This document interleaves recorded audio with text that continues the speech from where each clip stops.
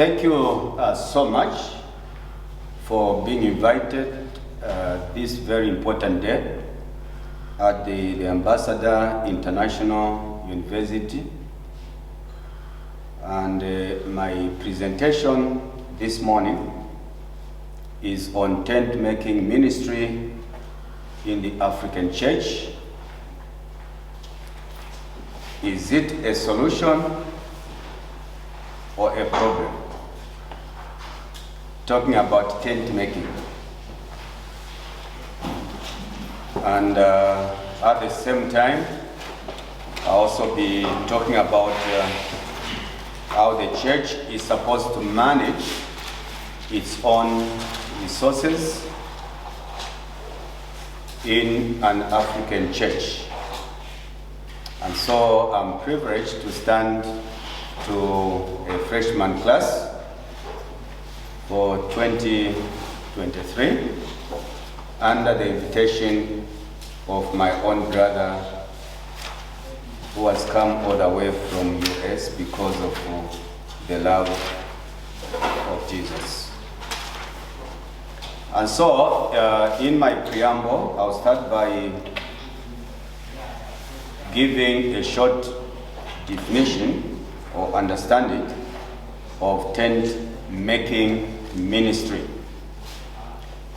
Tent-making ministry is a recommended interim measure which for some churches has become a permanent in respect of church ministry. Churches operating in poorer countries and even those who may not be poor countries are all arranging and working on how to raise enough finances within their own churches. And so, because of that,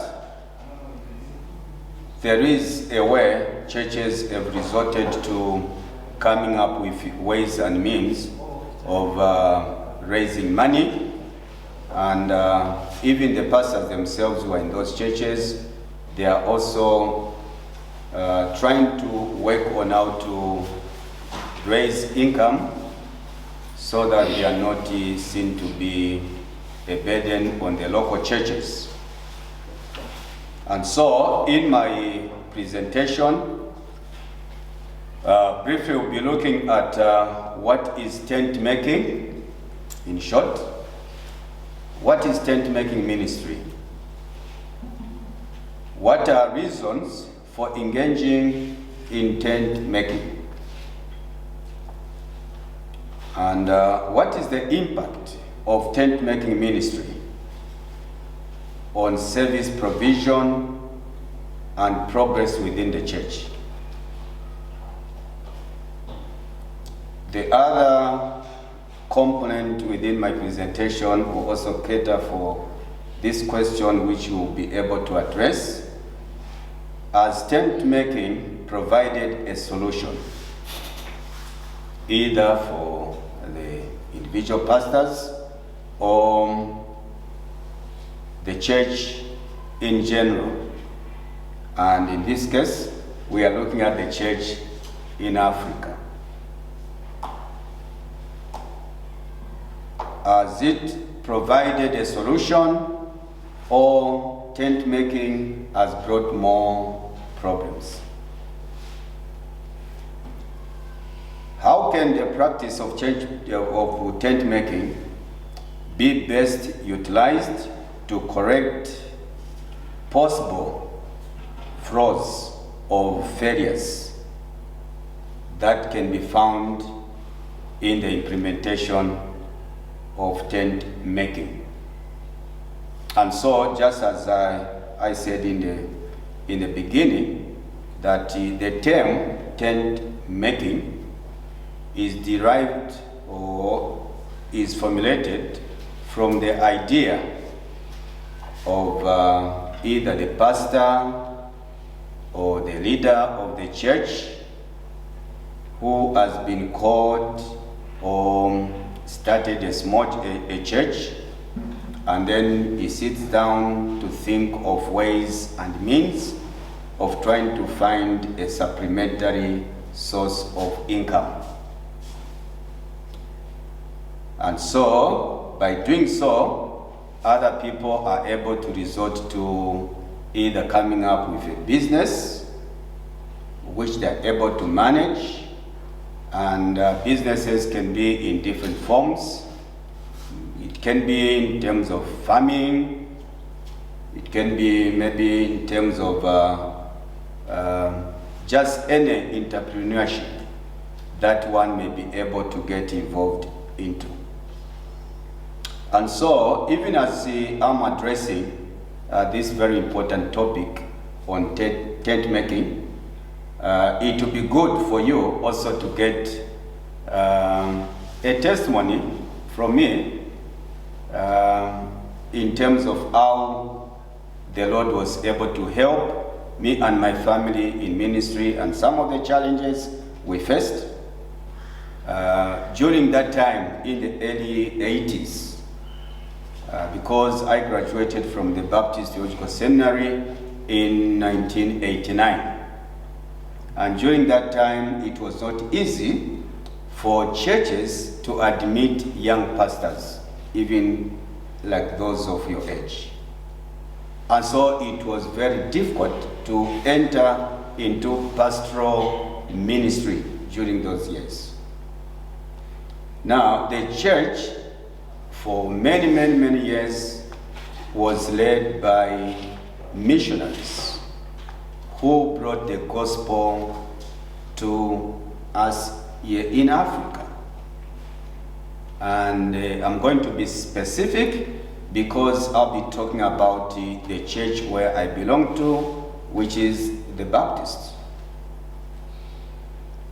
Apart from God using our missionaries in bringing the gospel and also helping in the planting of churches and also building infrastructure for churches, all that was awesome and very important. But with that, with their ministry and their coming to invest here in Zambia, churches were not well taught on how to remain self-sustaining. Churches were made to continue to think of dependence syndrome by depending more on them. I'm talking about them who are the white missionaries. This concept did not come to them. I'm talking about we as Africans, we as Zambians, thinking just because one is able to come from outside, one is able to come and appear in a different skin, which is different from us, we conclude that those people may be more blessed financially than us. This is just a thought, a human thought. And so churches, for many years, did not learn how to raise money within the local revenues in order to support the internal needs of our local churches. When I talk about internal needs of a local church, you know, friends, because you are coming from our respective churches in different countries. And those needs can be support for the pastor, maybe paying for electricity, furniture, and also decorations and also infrastructure, all those needs which are pertinent to running a local church. So the church grew for a long time, even in numbers, but spiritually the church had a lot of need, even in the area of raising local resources or money. And even up to today, as I'm speaking to you, many of our churches are still dependent on external source of income. Many of our pastors are not fully supported, and some of you can attest to this. Those who may be doing well among my fellow pastors, many are those who have got some connections with some ministry partner from outside the country. Why? Because our churches, our members are still low in thinking in a way. The mentality, the mindset is still not yet transformed.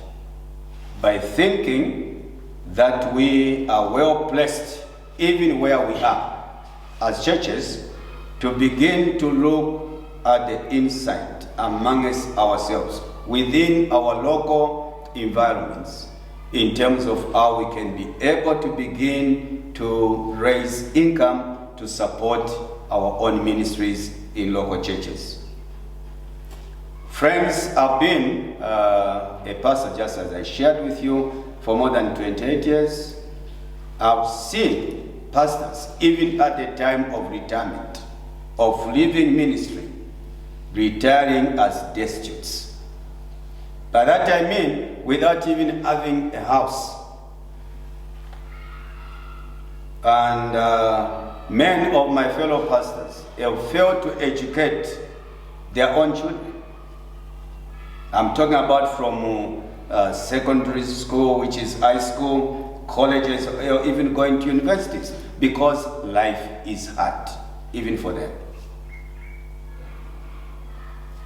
They are able to put in what they can, but churches, though they are able to help them, maybe with monthly allowance, or maybe coming up with an initiative of pastor's basket, whatever is able to come from the church is not enough to meet the challenges which a pastor of 5 children, maybe 7 children, a family can survive and well looked after even for a month. That is still the current of affairs with the church. And so on my part, even as I'm sharing with you, one of the things I've always desired is to remain independent, because tent making, as we are talking about, to some respect, even the way I look at it, is able to help you as a pastor. I'm talking to you because not all of you are going into pastoral ministry. But for some of you friends who feel much passionate about church ministry, it is important for you to understand that if the local churches are going to respect you for what the Lord has actually called you to be and called you to do, it is important for you to be self-sustaining. Where even the church begins to know and understand to say, even without them giving you that monthly allowance, you can still take care of yourself and that of your family. Where the church also begins also to benefit, where you begin to be a giver, a blesser to the church, than where the church looks at you, because this is another wrong concept which we have allowed in the church. By thinking that for one to be called in ministry, probably someone might have been desperate, he had nothing to do. And so the end result is for them to come and find their way as pastors or as evangelists and so forth. So we have to know that there is a calling, and a calling which lies within us. But with that calling, we also need to be innovative. We need to be creative. And so tent making comes with a concept of a pastor or a church leader who is called to pastor that church or that flock by being creative or innovative. Meaning coming up with ideas, dreaming of projects and dreaming of a business, dreaming of a setup that is able to give you some extra source of income away from the allowance or the salary which may be coming from the church. I remember when I was a pastor at the local church for many years, just as I've shared with you, there were times when the church would say, no, we'll be giving you so much. But when that day comes, the church leaders will always come to us with apologies. No, we are sorry, Pastor, according to their obligation, we are not able to meet and give you what is due to you. Sometimes they'll give you maybe a quarter, maybe of that allowance. Sometimes they'll tell you to wait. Yet you need food, your children need to go to school. When you fall sick, you need medicine. But the way the churches treat us as pastors, church leaders who have been called into ministry, leaves a lot to be desired. And so that's why we are here, actually, to encourage you. Church tent making ministry is a desirable move, and for all of us, we know that tent making is not just a concept, it is something that is actually founded even in the Word of God, in the Bible. And we know of examples like Paul, who was a tent maker, though his direction of tent making was actually different from many tent makers today. So what I was saying is when we're talking about tent making, even today for us, it is important for us always to go back to Scripture. Okay? In the Bible, in the New Testament, we have an example of Paul, who was a tent maker. Now, one of the things which many people, theologians and pastors, have not understood or trying to make a distinction is to look at the way Paul was able to manage his tent-making business, which is different from the way churches and pastors are doing today. So when we look at Paul in all the writings in the New Testament, Paul was doing tent making as a trade, not only as a trade, but as a token out of sacrifice. Meaning, it was not something that was imposed on him because he was in need of money, or because the churches or the believers he was ministering to were not meeting his needs. It came as a sacrifice on his hand. He sacrificed his right of receiving support from churches because he could stand and even challenge them to say, if he was able to give them things of the Spirit, was he not qualified also to reap from their produce? Meaning, he had all the entitlement. But he made a sacrificial decision from receiving from the churches. Paul's tent making did not imply that he was doing ministry as part-time. Paul was in full-time ministry of the Lord. And we need to understand that. And so these reasons will be dealt with as we continue to look at the tent making in terms of what's the difference between the way Paul treated tent making and how pastors today are doing tent making. There is a difference. From Paul, it was out of sacrifice. From Paul, it was mainly also looking at how he was able to be a channel of blessing to others. So it was not about him, Paul, doing tent making so that he may collect all those wealth to himself or riches to himself. He would be able to do tent making, and within tent making business, he was able to allow the resources from the church, to which he was qualified, to begin to go to other men and women of God who needed support. So in short, you are aware to say you are entitled to what is coming into the church. But you deliberately make a decision to say, instead of me being a beneficiary here, let me allow for these resources to attend to other needy areas within the church and within the family of God.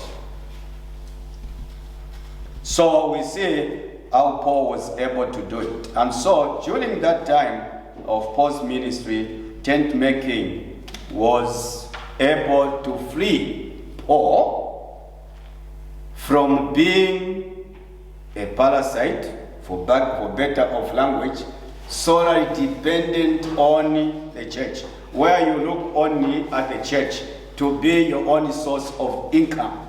He wanted to be independent from that. Okay? So it is very important even for us to consider when we are considering the issues of tent making. So for Paul, just as I've explained, that's how it's served. So what can we say in terms of us today? Is tent making a good thing? Yes, I would salute you, and I would also recommend that yes, tent making is still of great help, even for the church and even for those that are called in ministry. I said to you earlier on that the world we are living in, they have placed a very high name and caliber on your calling and on my calling. One of the ways, just as I said to you, which brings integrity and respect on the part of the one who is called, is to be independent. Okay? Very independent. Where you become self-sustaining. And you are able to educate your children. And you present them as an example. Okay? Our last born, as I'm sharing you, because I'm spicing, so that I'm talking about what God is doing and what ministry, what we also need to do in ministry. Our last born is at NIPA, okay, in Lusaka, which is one of the universities, according to the standards of our education system in Zambia. Our firstborn, who is with me here, is the one who is managing Airtel Zambia office in Chongwe. He's working. Our secondborn is the daughter. He has done high school teaching course, and she's waiting to be deployed by the government. Our thirdborn has done primary teaching course, also waiting to be deployed by the government. Our fourthborn will be graduating in December. This year she's doing travel and tours. And our lastborn is the one who is at NIPA Public Institute. So one day she'll be working in foreign service, according to what she had decided to go for. And at the family level, God has given us some ideas on how to remain self-sustaining and self-reliant. My wife is running a small grocery shop just at our house. We are running the hammer mill at a place where for many, many years people have had no hammer mill to mill their own corn, their own maize, for us to continue to enjoy in Shima. And we are also doing business for gardening. Okay, we are growing tomatoes. We are also in fish farming. We've got ponds for fish, which we are doing. We are also doing animal farming. We've got pigs, we've got cow, we've got goats as well. Some are for the ministry and some are for the family. Have you seen? These are avenues, these are tents we are trying to put in place. Okay? So that as a ministry, as we grow, even those that are able to help us today may not continue. They've got their own challenges. The inflation issues are everywhere. And so, if you want to start a ministry or to have a church in Africa, in Zambia, where you are coming from, let that ministry or that church have a grip of self-regulating, self-sustaining, so that even if that time was to come for those well-wishers who are able to support us or to support you, that time comes to an end, your ministry will not die. Okay? The other thing, my friends, why I'm also encouraging for tent making is that it's important because the ministry for the Lord must outlive the vision carrier. That's my understanding. The mission for the Lord, let me repeat that one because it's very important. Whatever we do for the Lord must always outlive our lifespan, our days and years on earth. I've seen men and women of God starting ministries, starting programs and projects, and then at the end, that project does what? It dies when they are no more. So, it is very important. There are also challenges to tent making as well. There are also some challenges, because some of the challenges are that you begin to pay more attention to the source of income than the ministry or the local church where you are serving. You pay more attention, and so by doing so, you spend most of your quality time doing the things that are bringing in money to support you, to support your family, at the expense of what? The church. Maybe where you are pastoring a church, there's a distance to your home, and then for you to move from your home to where you are pastoring, you are doing some business, there is that long distance, and then by the time you come back home, you are tired. So I'm talking about there are also some challenges. Even with the good of having tent making, there are also some challenges. Some of the things we may be able to consider and to continue to work on. Tent making can also serve to steal away from us our quality time of being with the Lord. It can. I'm talking about because you as a pastor, you must know very well to say your primary ministry is that of you and your wife, if you are married. If God gives you children, your primary ministry is for your family. And how well you treat your family, how well you manage your family, qualifies you as a pastor to manage even God's family outside your home. But real ministry starts from where? Your home. Munyumba, mubanja. Okay? Now, if you are doing that tent making, I'm talking about some negatives, which things you can call as some of the negatives, things you need to consider as well. I've told you, tent making is good. Okay? It is able to free your mind.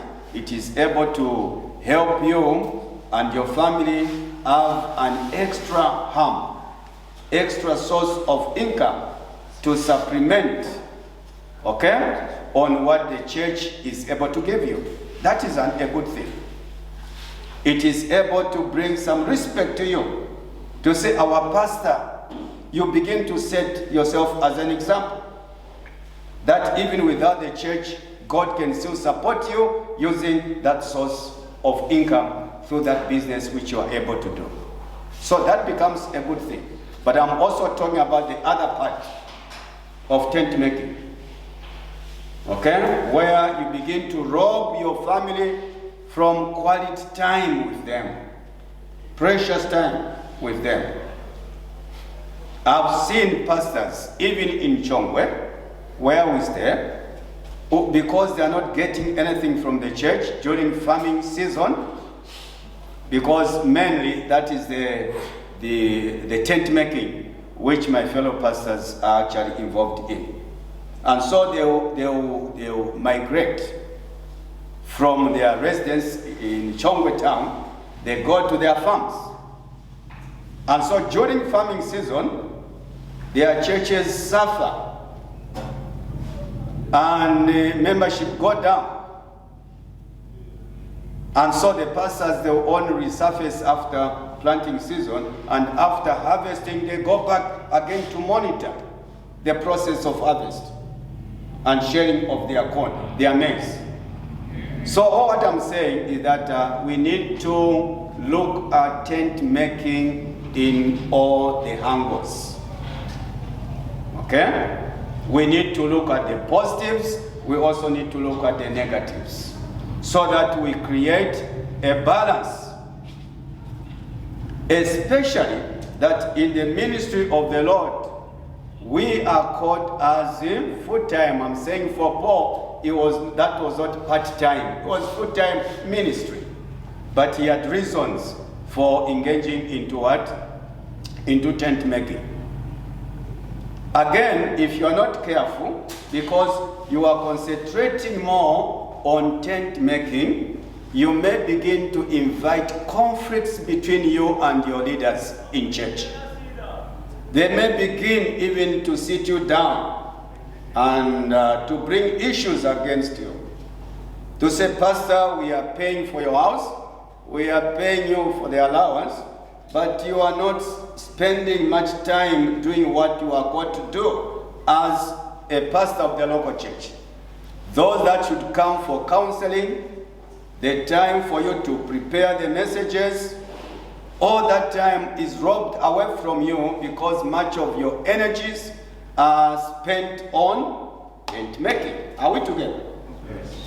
Also, as students, as my fellow leaders in the making, it is very important for us to do what? To create a balance in tent making. And so I've given you what we are doing as a family, so that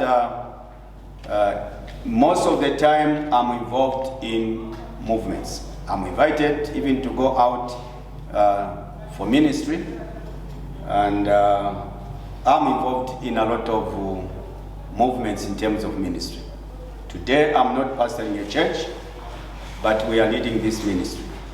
And so for us to survive as a family and to survive as a ministry, it is important for us to go tent making way, because we understand the concept, because there can be no respect from anywhere as long as you are known not to be using your brains, your heart, by using your talents, your giftings, in order to tap on the potential that is around us. Okay? So as a family, friends, this is what we are actually doing. And so tent making ministry in the African church is a welcome move, because we can learn from Paul, we can look at the positives, but we can also weigh the negatives. As long as we are able to balance the two, tent making is not away from us. Thank you so much. Unless you have any questions.